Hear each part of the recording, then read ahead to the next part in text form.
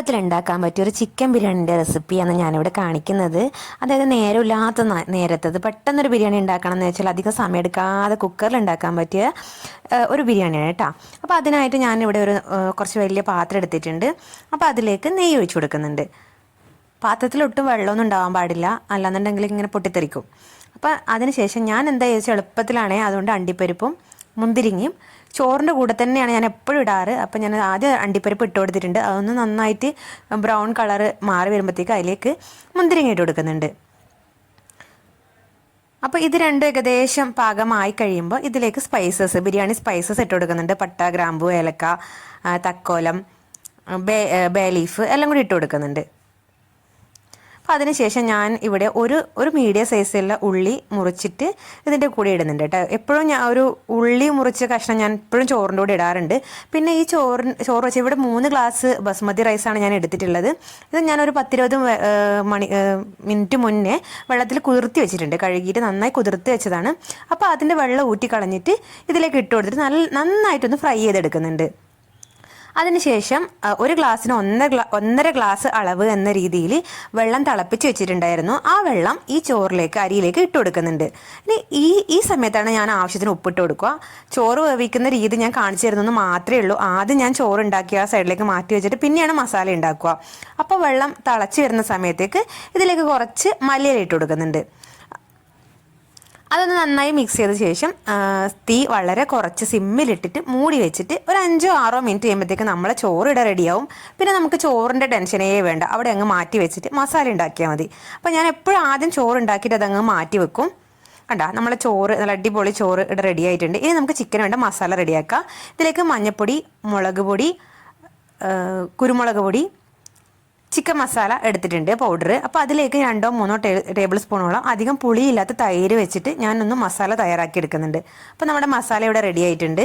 ഇനി കഴുകി വൃത്തിയാക്കി വെച്ച ചിക്കനിലേക്ക് ഈ മസാല പുരട്ടിയിട്ട് ഒരു അരമണിക്കൂർ റെസ്റ്റ് ചെയ്യാൻ വേണ്ടി വെക്കുന്നുണ്ട്. അപ്പോൾ മസാല നന്നായിട്ടൊന്ന് പിടിപ്പിക്കുന്നുണ്ട്.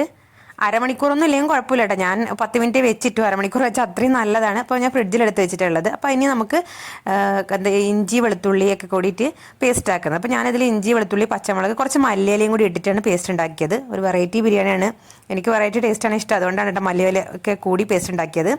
അപ്പോൾ ഇനി നമുക്ക് ചിക്കൻ ഉണ്ടാക്കാം. അതിനായിട്ട് കുറച്ച് ഒരു ടേബിൾ സ്പൂൺ നെയ്യും പിന്നെ എണ്ണയും, അതിലേക്ക് ഇതുപോലെ കുറച്ച് സ്പൈസസ് കൂടി ഇട്ട് കൊടുക്കുന്നുണ്ട്, ബിരിയാണി സ്പൈസസ്. പിന്നെ നമ്മൾ നേരത്തെ ഉണ്ടാക്കി വെച്ച ക്രഷ് ചെയ്ത് വെച്ച ഇഞ്ചി വെളുത്തുള്ളി മല്ലിയില പെരിഞ്ചീരകം കൂടി ചേർത്തിട്ടുണ്ടായിരുന്നു കേട്ടോ, അത് പൊടിക്കുമ്പോൾ. അപ്പം മറന്നുപോയി നേരത്തെ പറയാൻ.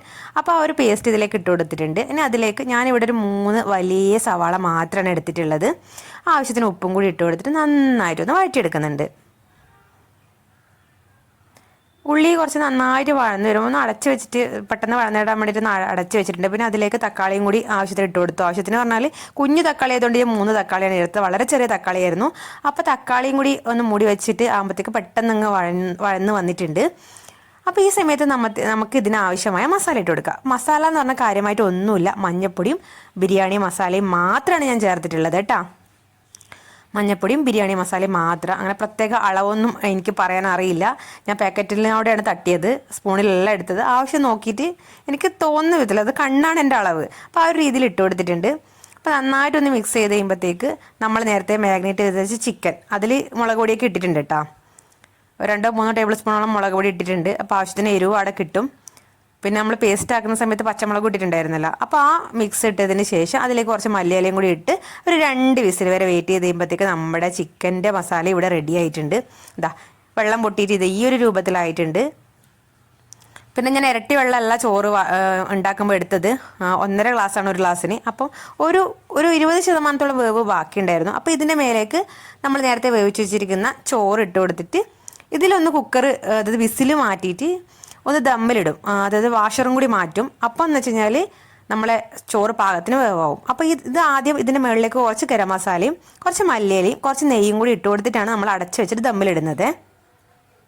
എളുപ്പത്തിൽ പെട്ടെന്ന് ഉണ്ടാക്കാൻ പറ്റുന്ന ബിരിയാണിയാണ്, അധികം ടൈമൊന്നും ഇല്ലാത്ത സമയത്ത് ഉണ്ടാക്കാൻ പറ്റിയ ഒരു ബിരിയാണി റെസിപ്പിയാണ്. അപ്പോൾ ഇതാ ഞാനൊരു 10 മിനിറ്റോളം സിമ്മിലിട്ടിട്ട് വാഷറും വിസിലും എടുത്ത് മാറ്റിയിട്ടുണ്ട്. അപ്പോൾ അതാ സമയം 10 മിനിറ്റ് കഴിഞ്ഞ് തുറന്ന് നോക്കുമ്പോൾ നമ്മൾ അടിപൊളി എളുപ്പത്തിൽ ഉണ്ടാക്കാൻ പറ്റിയ ബിരിയാണി. നമ്മളെ നോർമൽ ബിരിയാണിയുടെ ടേസ്റ്റ് അല്ല, അത് വെച്ച് കമ്പയർ ചെയ്യരുത്. എളുപ്പത്തിൽ ഉണ്ടാക്കാൻ പറ്റിയ കുക്കർ ബിരിയാണിയാണിത്.